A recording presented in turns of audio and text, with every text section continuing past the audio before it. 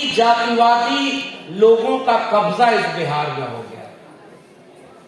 एक प्रथा है जिसका नाम है डोला प्रथा। आप पुराने लोग जानते हो, डोला प्रथा को याद करना इसलिए जरूरी है।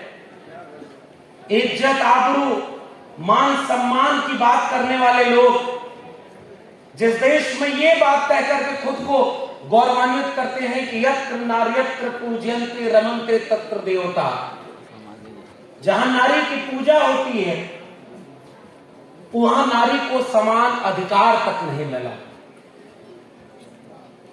पढ़ने का अधिकार तक नहीं मिला, फिर भी इज्जत का सारा ठीकरा नारी के ऊपर फोड़ा गया। ऐसे वक्त में डोला प्रथा क्या प्रथा थी? आप शादी विवाह करें तो शादी विवाह करने के बाद दुल्हन को कौन लेके जाएगा ये आपको पता है, और आप रोक भी नहीं सकते थे। ये बहुत कड़वा इतिहास है, और इस बिहार के लोगों ने उसके खिलाफ क्रांतिकारी ढंग से लड़ाई लड़ी और उस प्रथा को बंद कराया। इसलिए मैं बिहार की जमीन को उम्मीदों की जमीन के रूप में देख रहा हूं। और वहां से एक बात याद करते हुए जब कह रहे हैं बिहार लेनिन जगदेव बाबू बहुत सामान्य परिवार में पैदा हुए, और जब घर छोड़ दिया और सीधे सामाजिक काम में लग गए, और हर जगह केवल शोषित कमजोर वंचित की बात करते थे। दुनिया में सबसे बड़े विचार के रूप में लोग मार्क्सिज्म को भी मानते हैं, और बिहार लेनिन जगदेव बाबू कहते थे कि अगर कार्ल मार्क्स भारत में पैदा हुए होते तो वर्ग संघर्ष को जाति संघर्ष के रूप में कहते, क्योंकि भारत में जो सर्वहारा है, जो सबसे वंचित और शोषित कर दिया गया है, उसका आधार जाति बनाई गई है। दुनिया में और कहीं ऐसा नहीं है।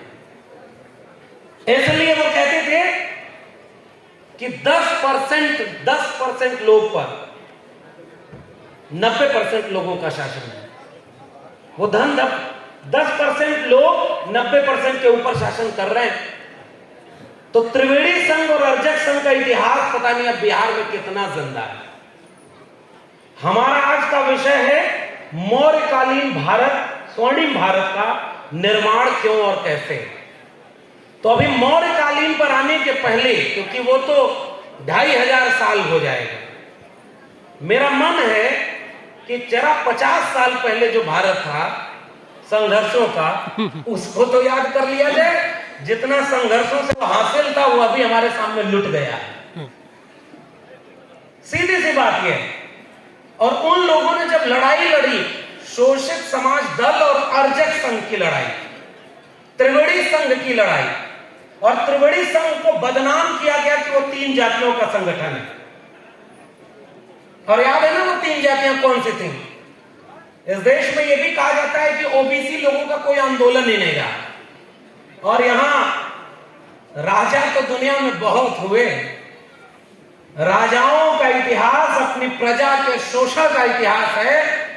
कभी किसी राजा की तलवार प्रजा के शोषण में उठी तो जब भारत आजाद हुआ तो जितने राजघराने थे उनमें से अधिकांश की तलवारें अंग्रेजों के सामने उनके दरबार में गिरवी रखी हुई थी। तो राजाओं के इतिहास में हम एक ऐसे राजा को याद कर रहे हैं जिसने जब तलवार उठाई तो खून की नदी बह गई, और जब तलवार रख करके बुद्धिज्म का परचम उठाया तो मोहब्बत का सागर भर गया, और उसने अखंड भारत का एक नया भारत बनाया। तो एक राजा है, उसको वैसे याद करेंगे। मैं इस देश में 2 ही राजा को राजा के रूप में याद करता हूं, एक सम्राट अशोक और दूसरे छत्रपति शाहू जी महाराज।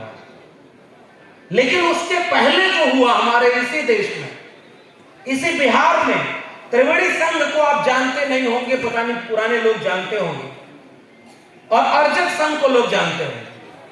वो क्या नारा था, और पूरा समाजवादी आंदोलन उसी नारे से बना।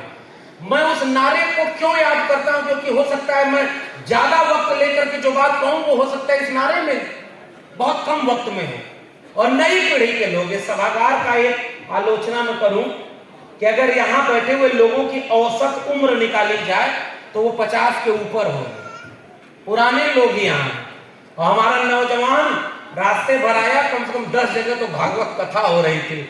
मुझे डर है कि हमारे बीच का नौजवान कहीं कांवड़ और कहीं कथा सुनने तो नहीं गया है, इसलिए बुजुर्ग और अधेड़ लोगों की जिम्मेदारी है कि वो नौजवानों को भी इस सम्मेलन में जरूर ले आया करें।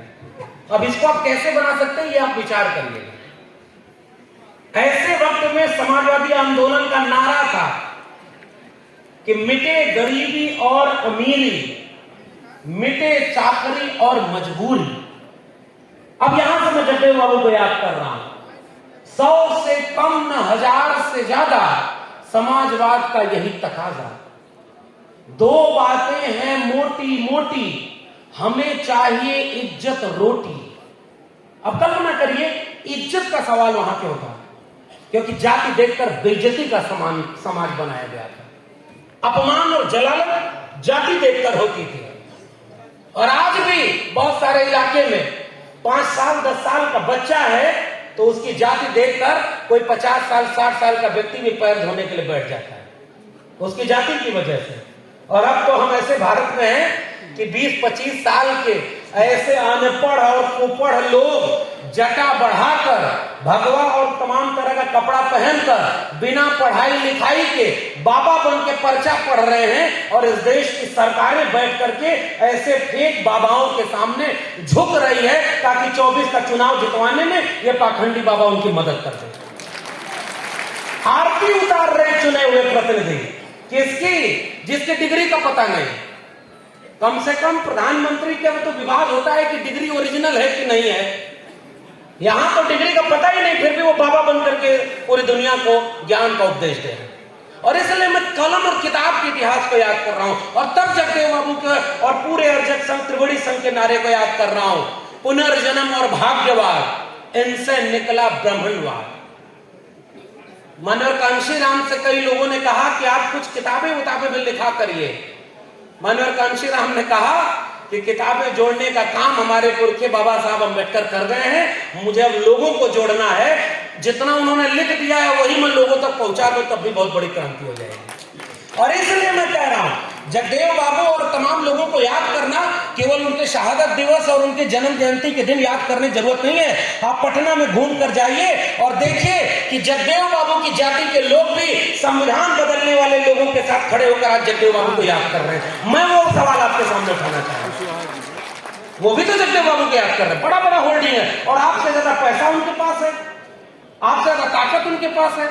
एक बार विचार करिएगा, जगदेव बाबू की विरासत और उनकी जाति के लोग, जैसे पेरियार ललई सिंह यादव की जाति के लोग अगर वहां बैठकर मनुस्मृति लागू करने वाले के साथ कंधे से कंधा मिलाकर बैठे हैं तो जैसे उनकी आलोचना होनी चाहिए, वैसे जगदेव बाबू की विरासत के लोग अगर संविधान बदलने वाली पार्टियों में केवल मंत्री पद, विधायक बन जाएं और मुख्यमंत्री बन जाएं, इसके लिए अगर समझौता कर लिए तो उनको कोई हक नहीं है अपनी जबान से जगदेव बाबू को याद करने का। यह अपमान है जगदेव बाबू का। विचारधारा की कोई कीमत ही नहीं रही। इस बात का भी विचार करिएगा कि अपनी अपनी जाति के लोगों को याद करके कोई कहीं भी, अरे केंद्र में जाति नहीं, केंद्र में विचार है। क्योंकि त्रिवेणी संघ के लोगों ने 3 जाति के लोगों को कह करके उनको अपमानित किया, लेकिन उन्होंने जब नारा दिया तो 90% लोगों की बात की थी। जगदेव बाबू ने तो अपने नाम के आगे से कुशवाहा शब्द हटा दिया था, इसलिए कि कुशवाहा नाम पर वोट लेने के लिए उनका इस्तेमाल वो लोग भी करेंगे। बताइए सही है कि नहीं? पेरियार ललई सिंह यादव ने अपने नाम के आगे से यादव हटा लिया था, जगदेव बाबू ने अपने नाम के आगे से कुशवाहा हटा लिया। इस दिन रात के लिए कोई आएगा और कहेगा कि पता नहीं किसके वंशज हैं हम। अरे हम कह रहे हैं